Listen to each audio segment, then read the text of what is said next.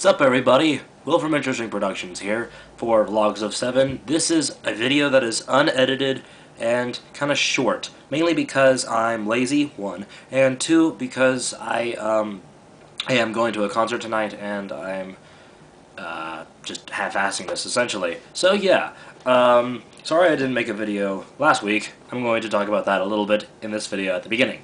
Miyazaki is freaking awesome.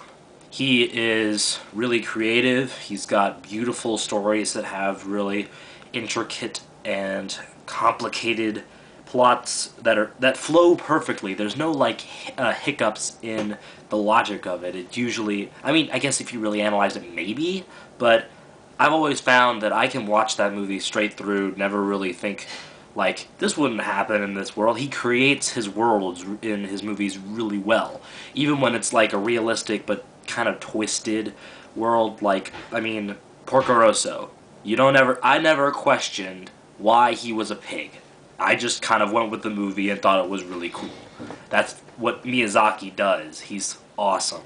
What I have of his movies are Spirited Away, Princess Mononoke, and Kiki's Delivery Service. Princess Mononoke is my personal favorite because it's just so mystical and it's got this wonder to it, and then just the overall arching theme of nature versus man. There's no real bad guy. It's all just one big conflict that can never really be solved, but kind of has a hopeful tone at the end, and it's really cool, and I just really like that movie. In fact, now I want to go watch it.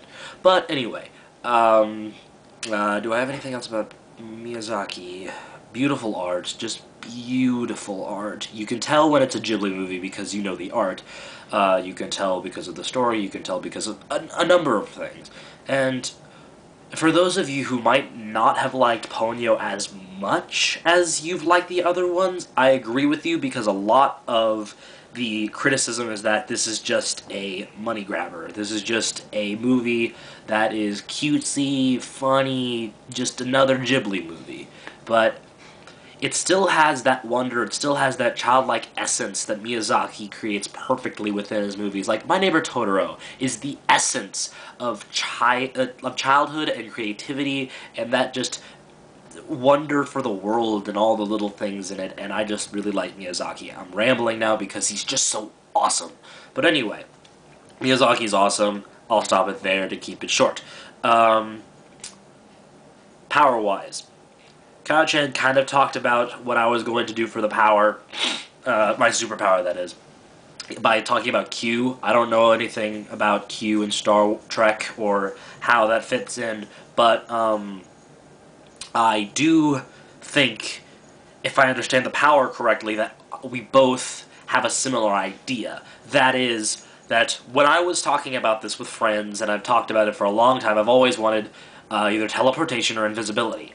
I don't know why, those are just the two that have popped into my head. And I thought about teleportation for a long time, and then I thought about the mechanics of it. And I thought, well, wouldn't it be cool if I could change the matter of this box and, move it here? So it's essentially teleportation, only you literally, take every atom, every structure of the object and move it. And then I thought, what if you could change that molecular structure? What if you could change the matter of something? And that's kind of like alchemy, per se, if you know about that kind of thing. I mean, I was thinking more Full Metal Alchemist alchemy, because I don't really know anything about the broad spectrum of the actual science, but how it was studied, that is.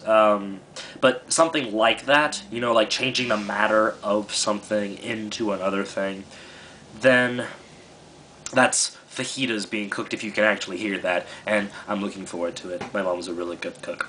Anyway, I was thinking about, putting matter, from a place to another place, and, being able to change matter, and then I thought even deeper into that. What if you could change the matter of something? Let's use this Kleenex box again. What if you could take this matter and take it through the space-time dimension? Put it through that, move the matter through through time, essentially. So, almost time. Whoa. We'll leave that there. It's almost time travel, essentially. It's just matter manipulation. Changing it, teleporting it.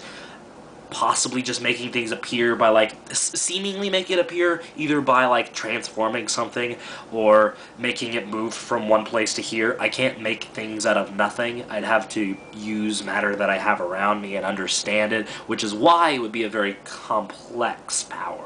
It would take a long time to master. The only time I would probably be able to go through the space-time dimension thing would be like when I'm 80 or something. And speaking of which, I might be able, if I could really study it, like, I mean, assuming that this power is real, to change the molecular, like, the biological structure of a person, so that when they grow older, the things that would affect your body don't. If you understand what I mean, like, don't make you older.